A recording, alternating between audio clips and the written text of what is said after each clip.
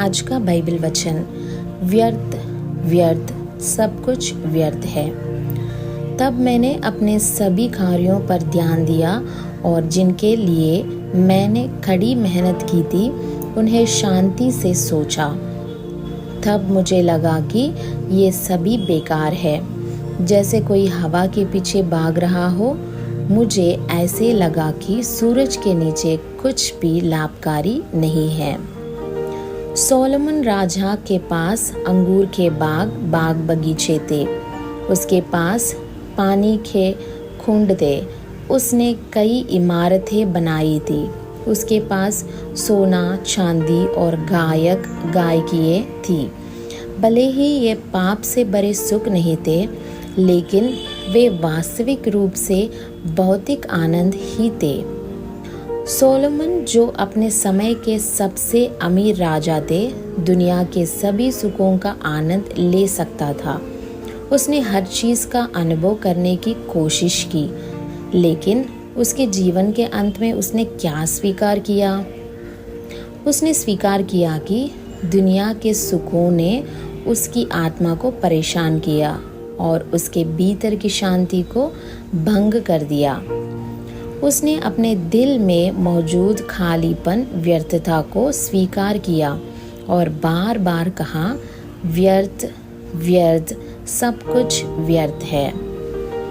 जितना उसने दुनिया का आनंद लेने की कोशिश की, उतना ही वह दुर्भाग्यपूर्ण और दुखी हुआ।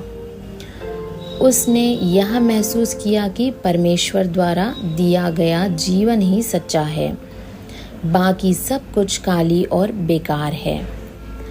तेरे पास पूर्ण आनंद है, तेरे दाहिने हाथ में सदा सुखी है, यह भजन में कहा गया है। भजन संहिता 16 अध्याय का 11 वचन। प्रेरित पौलुस ने दुनिया की हर चीज़ को त्याग दिया।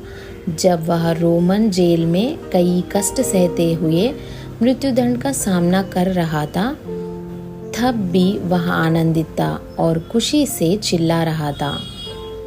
उस पवित्र पुरुष की जय घोष को देखो। अंत में मेरे भाइयों, प्रभु में आनंदित रहो। मैं तुम्हें वही बातें बार बार लिखने से नहीं थकता। हर समय प्रभु में आनंदित रहो। मैं फिर कहता हूँ, आनंदित रहो। फिलिपियों की पत्री 3 अध्याय का 1 वचन और 4 अध्याय का 4 वचन। मेरे पास हर चीज़ की भरमार है, मुझे किसी चीज़ की कमी नहीं है। फिलिपियों की पत्री 4 अध्याय का 18 वचन। सोलोमन, जिसने दुनिया के सभी सुखों का अनुभव किया, और पौलुस, जिसने मसीह के लिए हर चीज़ को नुकसान मानकर छोड़ दिया, दोनों के बीच का अंतर देखो। जिसने सांसारिक भोगों का आनंद लिया, उसने अपने जीवन के अंत में निराश, उदासी और उत्साहहीनता प्राप्त की।